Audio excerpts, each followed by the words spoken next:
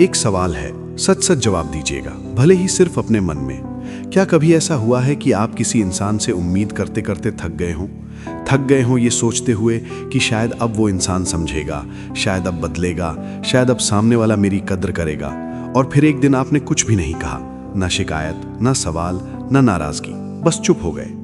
अगर आप सोच रहे हैं कि उस चुप्पी से सामने वाले को कोई फर्क नहीं पड़ा होगा, तो आप आधा सच जानते हैं। असल में उसी दिन सबसे ज्यादा फर्क पड़ना शुरू होता है, क्योंकि जब आप उम्मीद छोड़ते हैं तो रिश्ता नहीं टूटता, बल्कि सामने वाले की आदत टूटती है। इस वीडियो में हम उन 6 असर की बात करेंगे जो सामने वाले के साथ तब होते हैं जब आप उनसे कुछ भी उम्मीद करना बंद कर देते हैं। शुरुआत में उन्हें सब आसान लगता है, बीच में वो उलझने लगते हैं, और अंत तक आते आते उन्हें वो सच दिखता है जिससे वो हमेशा भागते रहे। एक भी बात मिस की तो आप इस वीडियो का सबसे गहरा मतलब समझ नहीं पाएंगे, इसलिए वीडियो को आखिर तक देखिए। पॉइंट 1, उन्हें अचानक आपकी कमी महसूस होने लगती है। जब तक हम किसी से उम्मीद करते रहते हैं, तब तक सामने वाला हमें एक तय जगह पर रख लेता है, एक ऐसी जगह जहां हमारा होना उसके लिए सवाल नहीं बनता। उसे लगता है कि हम हैं, हम रहेंगे, हम इंतजार करेंगे। उम्मीद के साथ हमारा हर व्यवहार सामने वाले को यह संकेत देता रहता है कि हम उपलब्ध हैं, हम समझेंगे, हम एडजस्ट करेंगे। अगर जवाब देर से आया तो भी हम खुद को समझा लेंगे, अगर बात अधूरी रह गई तो भी हम अगला दिन उसी इंतजार में बिता देंगे। धीरे धीरे सामने वाले के मन में हमारी मौजूदगी एक आदत बन जाती है, और आदत की सबसे बड़ी खासियत यही होती है कि उसकी कीमत तब तक समझ नहीं आती जब तक वो टूट ना जाए। जब हम उम्मीद करते रहते हैं तो सामने वाला ये नहीं सोचता कि हम क्यों कर रहे हैं, वो बस ये मान लेता है कि हम ऐसे ही हैं। हमारा समझना, हमारा रुकना, हमारा बार बार लौट आना उसके लिए नॉर्मल हो जाता है। लेकिन जिस दिन हम उम्मीद करना छोड़ देते हैं, उस दिन कोई बड़ा शोर नहीं होता, कोई लड़ाई नहीं होती, कोई आखिरी बहस नहीं होती, बस एक हल्की सी चुप्पी आती है, और यही चुप्पी सबसे ज्यादा असर करती है। शुरुआत में सामने वाला इस बदलाव को ज्यादा गंभीरता से नहीं लेता, उसे लगता है कि थोड़े दिन की बात है, लेकिन कुछ समय बाद एक अजीब सा खालीपन उसके भीतर जगह बनाने लगता है। अब बातें तो हो रही हैं, लेकिन पहले जैसी नहीं। अब हम जवाब तो दे रहे हैं, लेकिन पूछ नहीं रहे। हम सुन तो रहे हैं, लेकिन खुद को समझाने की कोशिश नहीं कर रहे। यहीं पर सामने वाले को पहली बार महसूस होता है कि कुछ बदल गया है। उसे अचानक याद आने लगता है कि पहले जब उसका दिन खराब होता था तो हम बिना कहे मौजूद रहते थे। जब वो उलझा होता था तो हम शांत रहते थे। जब वो अधूरा बोलता था तो हम पूरा समझ लेते थे। अब वही हालात आते हैं, लेकिन वैसा साथ नहीं मिलता। तभी सामने वाले के मन में एक सवाल जन्म लेता है कि क्या सच में अब इसे फर्क नहीं पड़ता? और यही सवाल धीरे धीरे बेचैनी बन जाता है। उसे एहसास होने लगता है कि हम सिर्फ एक इंसान नहीं थे जो बात कर लेता था। हम वो सहारा थे जिस पर वो अनजाने में टिक गया था। लेकिन क्योंकि हमने कभी अपनी मौजूदगी का शोर नहीं किया, कभी अपनी कीमत गिनाई नहीं, इसलिए सामने वाला हमें हल्के में लेने लगा। अब जब हम उम्मीद छोड़ देते हैं तो सामने वाला पहली बार हमें हमारी गैर मौजूदगी से महसूस करता है। वो छोटी छोटी चीजें जो पहले उसे दिखती भी नहीं थीं, अब वही चीजें उसके दिन को भारी बनाने लगती हैं। उसे समझ आने लगता है कि हम उसके जीवन में सिर्फ समय भरने के लिए नहीं थे, हम उसके भावनात्मक संतुलन का हिस्सा थे। लेकिन इस एहसास में भी एक अजीब सी देर होती है, क्योंकि इंसान अक्सर उसी चीज की कीमत सबसे बाद में समझता है जिस पर वो सबसे ज्यादा निर्भर रहा हो। जब हम उम्मीद छोड़ते हैं तो हम सामने वाले को कोई सजा नहीं दे रहे होते, हम बस खुद को उस जगह से हटा लेते हैं जहां हमारी कद्र नहीं हो रही थी, और यही हटना सामने वाले को हिला देता है। अब उसे तय करना पड़ता है कि या तो वो इस कमी को माने या फिर इसको नजरअंदाज करने का नाटक करे। लेकिन अंदर कहीं उसे पता होता है कि जो इंसान हमेशा था अब वैसा नहीं रहा। यही वो मोड़ होता है जहां सामने वाला पहली बार पीछे मुड़कर देखता है। वो सोचता है कि हमने इतना सब चुपचाप कैसे सह लिया, हमने बिना शिकायत इतनी देर तक कैसे निभा लिया। और तब उसे ये भी समझ आने लगता है कि हम उसके लिए सिर्फ एक ऑप्शन नहीं थे, हम उसकी जिंदगी का एक अहम हिस्सा थे, जिसे उसने बिना समझे हल्के में ले लिया। उम्मीद छोड़ने के बाद हमारे लिए भले ही दर्द थोड़ा हल्का हो जाए, लेकिन सामने वाले के लिए ये एक नई शुरुआत होती है। शुरुआत होती है अपनी ही कमी से सामना करने की। और यही वजह है कि जब हम उम्मीद छोड़ते हैं तो सामने वाले को सबसे पहले हमारी कमी महसूस होती है। क्योंकि उम्मीद में दिया गया साथ आदत बन जाता है, लेकिन चुपचाप हट जाना सच बन जाता है। पॉइंट 2, उनका कंट्रोल धीरे धीरे खत्म होने लगता है। उम्मीद छोड़ना कोई अचानक लिया गया फैसला नहीं होता। ये एक ऐसा मोड़ होता है जहां हम अंदर से थक चुके होते हैं। थक इस बात से कि हर बार हालात को समझने की जिम्मेदारी हमारी ही क्यों हो, हर बार इंतजार हम ही क्यों करें, हर बार मन की हालत, जवाब का समय और सामने वाले का मूड सब कुछ हमारे ऊपर ही क्यों टिका हो। जब हम उम्मीद करना छोड़ देते हैं तो असल में हम किसी इंसान को नहीं छोड़ते, हम उस पकड़ को छोड़ते हैं जो सामने वाला हमारे ऊपर धीरे धीरे बना चुका होता है। इससे पहले क्या होता है, हम हर बार ये देखने लगते हैं कि सामने वाला आज कैसा व्यवहार कर रहा है।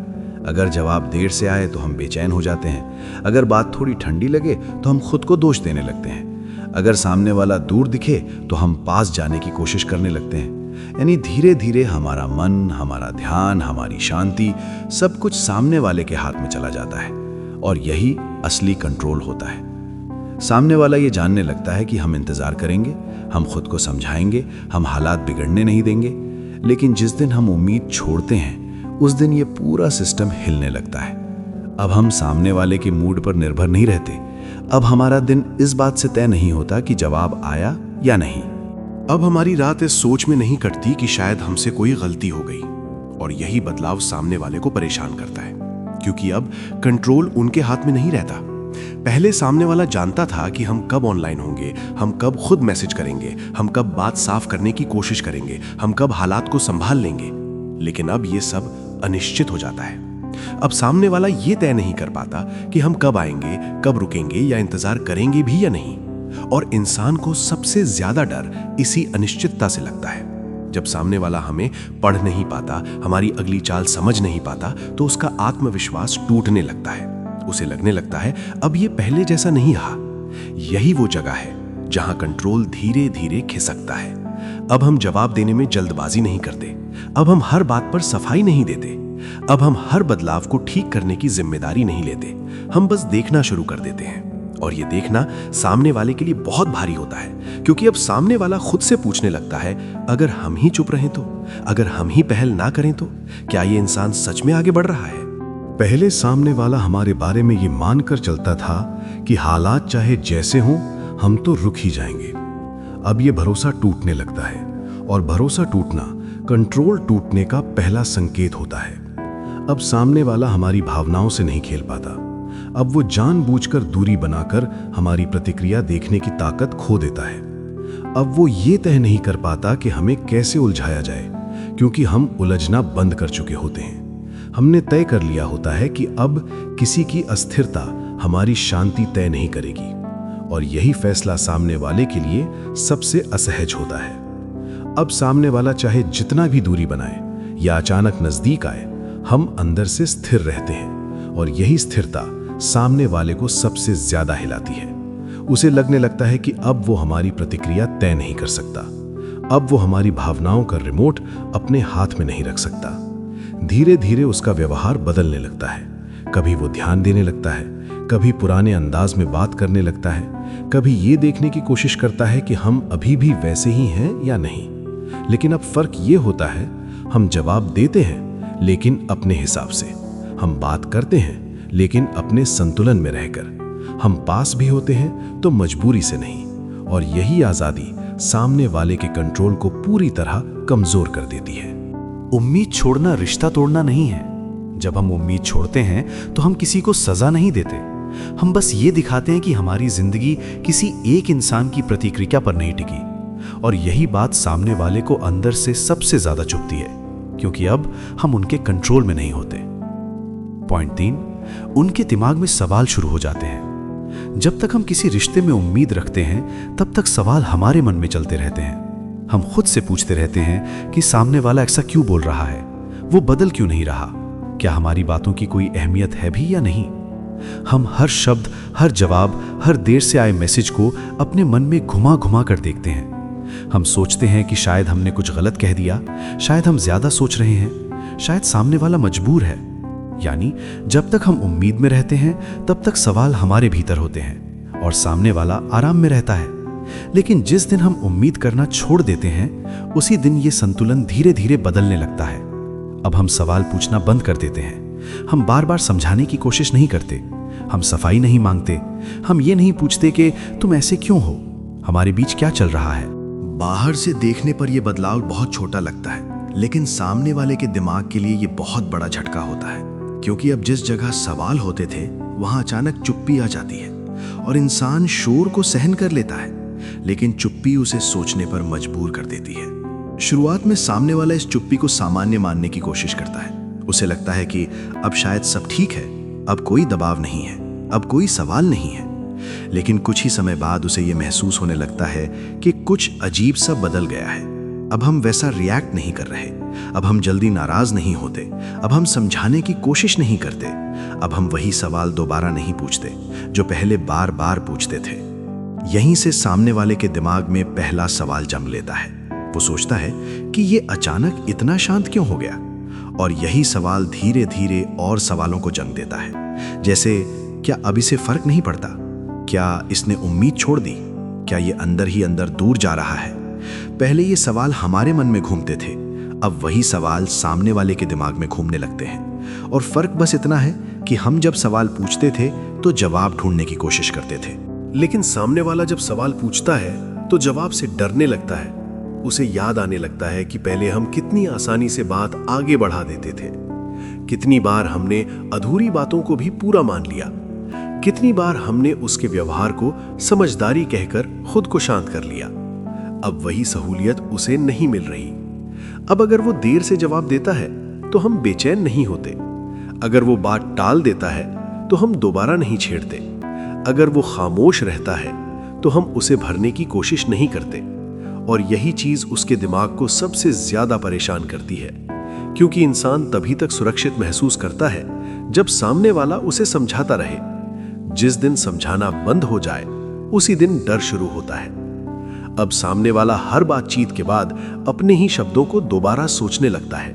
वो खुद से पूछता है कि क्या मैंने कुछ गलत कह दिया, क्या मैंने हद पार कर दी, क्या ये चुप्पी किसी बड़े फैसले की तरफ इशारा है। ये सवाल उसे चैन से बैठने नहीं देते, क्योंकि अब उसके पास हमारी तरफ से कोई स्पष्ट जवाब नहीं है। पहले अगर हम दुखी होते थे तो वो जानता था, पहले अगर हम नाराज होते थे तो वो पहचान लेता था, लेकिन अब हम ना दुख दिखाते हैं ना नाराजगी। और यही अनजानपन सामने वाले के दिमाग में एक खाली जगह बना देता है। वो उस खाली जगह को अपने डर से भरने लगता है। उसे लगता है कि शायद हम आगे बढ़ चुके हैं, शायद हमने खुद को बचाना सीख लिया है, शायद अब वापसी का रास्ता उतना आसान नहीं रहा। यह एक बात बहुत साफ होती है कि जब तक हम सवाल पूछते रहते हैं तब तक सामने वाला सत्ता में रहता है, लेकिन जब हम चुप हो जाते हैं तो सत्ता अपने आप बदलने लगती है। अब सामने वाला हमारे व्यवहार को समझने की कोशिश करता है, वो हर छोटी चीज पर ध्यान देने लगता है। हम कब बात करते हैं, कितनी करते हैं, कैसे करते हैं, वो उस इंसान को खोजने लगता है जो पहले सब सह लेता था, लेकिन वो इंसान अब नहीं मिलता। और यहीं पर उसके सवाल उसे अंदर से हिला देते हैं, क्योंकि ये सवाल अब किसी बहस से नहीं, किसी जवाब से नहीं, बल्कि हमारी खामोशी से पैदा हुए हैं। और खामोशी से पैदा हुए सवाल सबसे ज्यादा भारी होते हैं, क्योंकि उनका जवाब सामने वाले को खुद ढूंढना पड़ता है। जब हम उम्मीद छोड़ते हैं तो हम सामने वाले को एक आईना दिखा देते हैं। उस आईने में वो खुद को देखता है।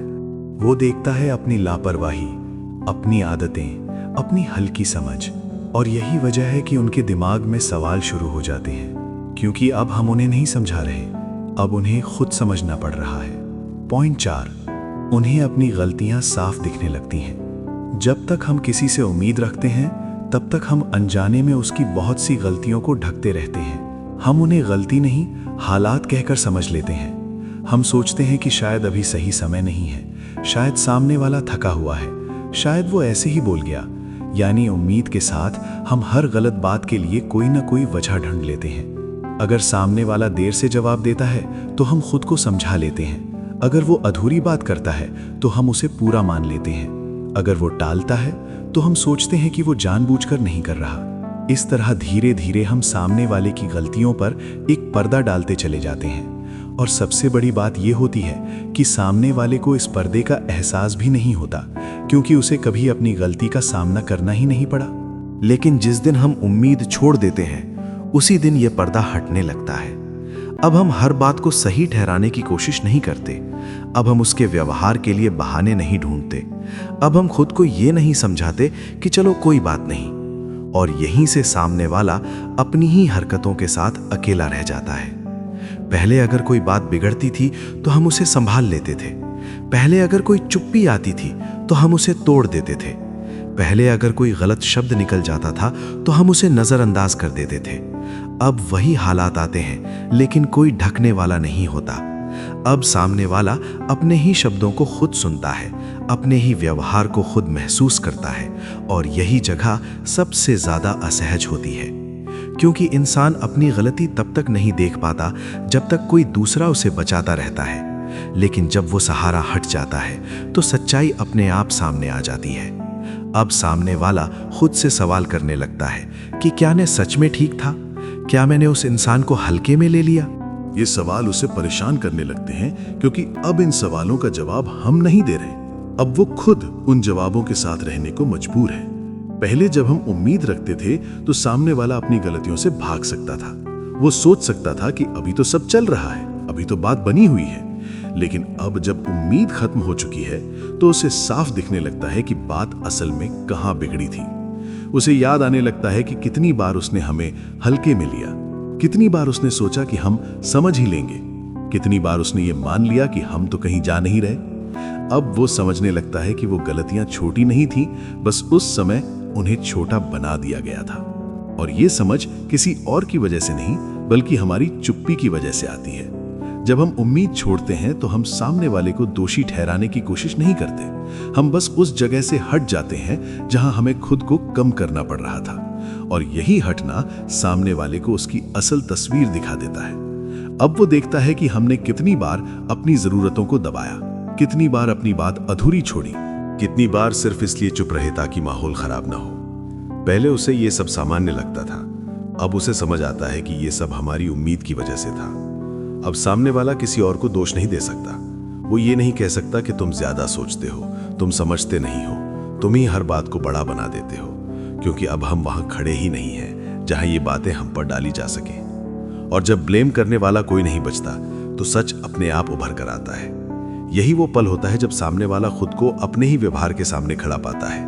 उसे ये भी समझ आने लगता है कि अगर हम सच में इतने गलत होते तो हम इतनी शांति से उम्मीद छोड़कर आगे नहीं बढ़ पाते। उम्मीद छोड़ना हमारे लिए एक सुरक्षा होती है, लेकिन सामने वाले के लिए ये एक आईना बन जाता है। उस आईने में उसे अपनी आदतें दिखती हैं, अपनी लापरवाही दिखती है। और यही वजह है कि जब हम उम्मीद छोड़ते हैं तो सामने वाले को अपनी गलतियां पहली बार बिना किसी पर्दे के दिखने लगती हैं, क्योंकि अब उन्हें ढकने वाला कोई नहीं है, अब उन्हें सहने वाला कोई नहीं है, अब उन्हें सही ठहराने वाला कोई नहीं है। और कभी कभी यही सच्चाई सबसे भारी होती है।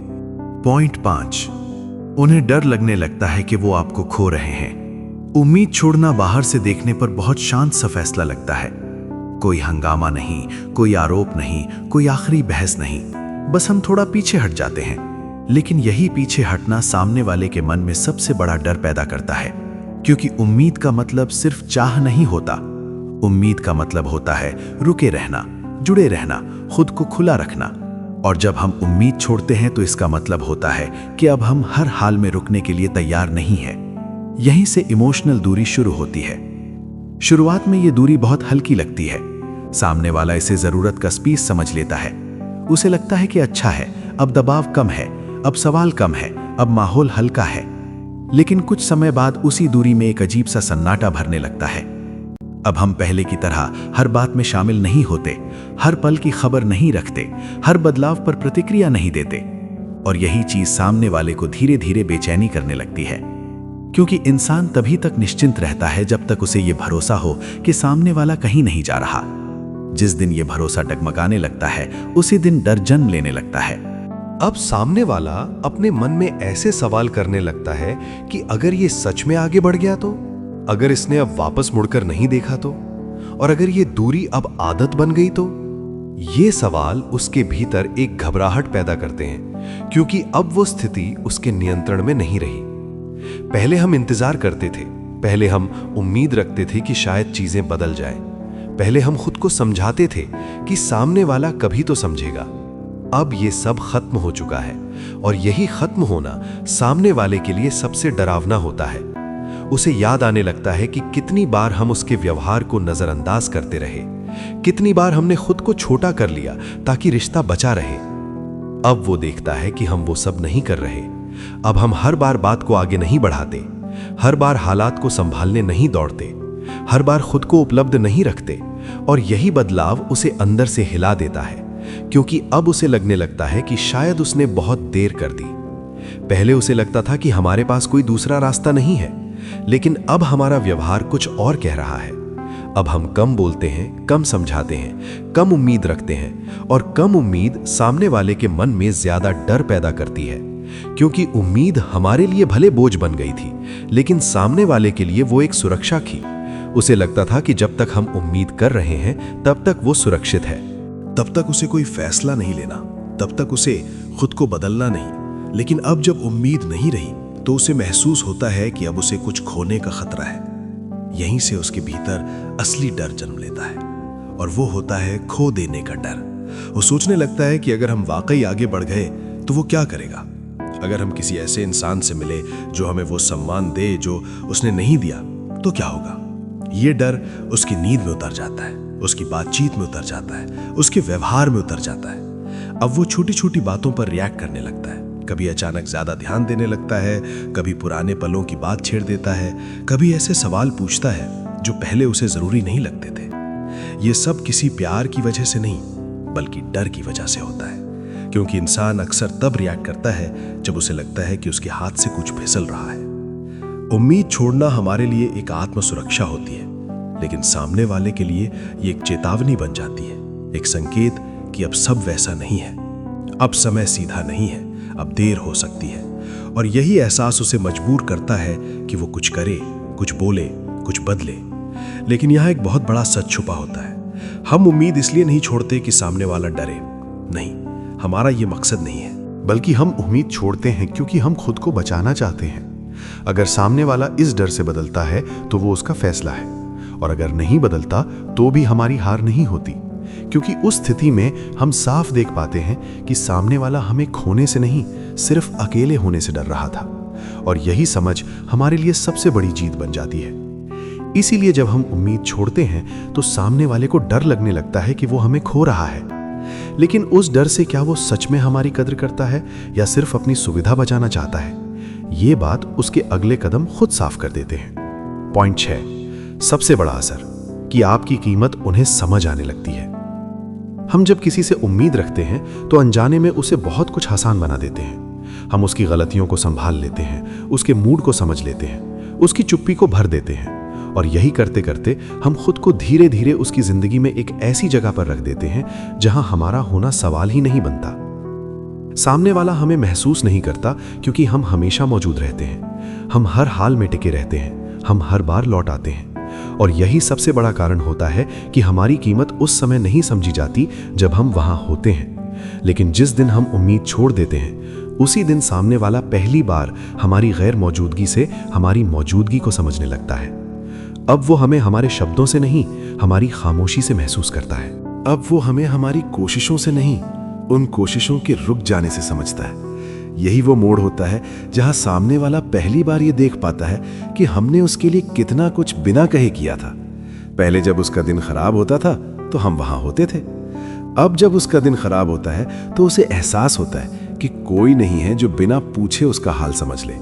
पहले जब वो उलझा होता था तो हम चुपचाप सुन लेते थे। अब जब वो उलझा होता है तो उसे समझ आता है कि सुनने वाला होना कितनी बड़ी बात थी। यहीं से उसके मन में एक नई समझ जन्म लेती है। वो सोचने लगता है कि हमने कभी अपनी अहमियत क्यों नहीं गिनाई, हमने कभी अपनी कद्र क्यों नहीं मांगी, हमने कभी ये क्यों नहीं कहा कि हमें भी उतना ही चाहिए जितना हम देते रहे हैं। लेकिन इस समझ के साथ एक पछतावा भी आता है, क्योंकि अब वो जान चुका होता है कि हम ऑप्शन नहीं थे। हम वो इंसान थे जो हर हाल में खड़े रहे, जो हर बार समझते रहे, जो हर बार रिश्ता बचाने की कोशिश करते रहे। लेकिन क्योंकि हमने कभी अपनी मौजूदगी को शर्त नहीं बनाया, कभी अपनी सीमाओं को जोर से नहीं रखा, इसलिए सामने वाला हमें हल्के में लेने लगा। अब जब हम उम्मीद छोड़ चुके होते हैं तो सामने वाला पहली बार ये देख पाता है कि हम उसके जीवन में सिर्फ एक हिस्सा नहीं, एक आधार थे। अब उसे समझ आता है कि हमारी मौजूदगी उसके लिए कितनी सहज थी। इतनी सहज कि उसे कभी उसकी कीमत सोचनी ही नहीं पड़ी। लेकिन एब्सेंस सब कुछ बदल देती है। जब हम नहीं होते तो सामने वाला खुद से सामना करता है, अपने फैसलों से, अपनी लापरवाहियों से, अपनी आदतों से। अब वो देखता है कि हमने कितनी बार अपनी भावनाओं को दबाया था, कितनी बार हमने खुद को दूसरे नंबर पर रखा था। और यही जगह उसे ये सिखाती है कि वैल्यू क्या होती है। वैल्यू का मतलब सिर्फ साथ होना नहीं होता। वैल्यू का मतलब होता है बिना शर्त निभाना, बिना हिसाब देना, बिना थके समझना। और यही सब हम करते रहे थे। लेकिन वैल्यू हमेशा तब समझ आती है जब वो हाथ से फिसल जाती है। जब सामने वाला ये समझने लगता है तब अक्सर बहुत देर हो चुकी होती है, क्योंकि अब हम वापस उस जगह पर लौटने को तैयार नहीं होते जहां हमें खुद को खोना पड़ा था। अब हम उस इंसान को चुनते हैं जो हमें उम्मीद में नहीं, सम्मान में रखे। और यही सबसे बड़ा फर्क होता है।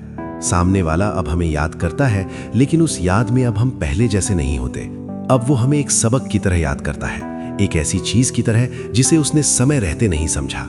और ये एहसास उसे अंदर से तोड़ सकता है। लेकिन ये तोड़ हमारी वजह से नहीं, उसकी अपनी समझ की वजह से होता है। हमने उम्मीद छोड़कर उसे कुछ सिखाने की कोशिश नहीं की। हमने उम्मीद छोड़कर बस खुद को बचाया। लेकिन उसी फैसले ने उसे हमारी कीमत समझा दी। यही वजह है कि उम्मीद छोड़ना हार नहीं होता। ये वो मोड़ होता है जहां से हमारी असली पहचान शुरू होती है और सामने वाले की सबसे बड़ी सच्चाई उजागर होती है। क्योंकि जो इंसान आपको ऑप्शन समझे, वो आपकी मौजूदगी में नहीं, आपकी एब्सेंस में आपकी वैल्यू समझता है। और तब तक हम बहुत आगे बढ़ चुके होते हैं। अगर आपने इस वीडियो को आखिर तक देखा है तो इसका मतलब है आप किसी को बदलने नहीं, खुद को समझने आए थे। आज की बात किसी के खिलाफ नहीं थी। आज की बात किसी को साबित करने के लिए भी नहीं थी।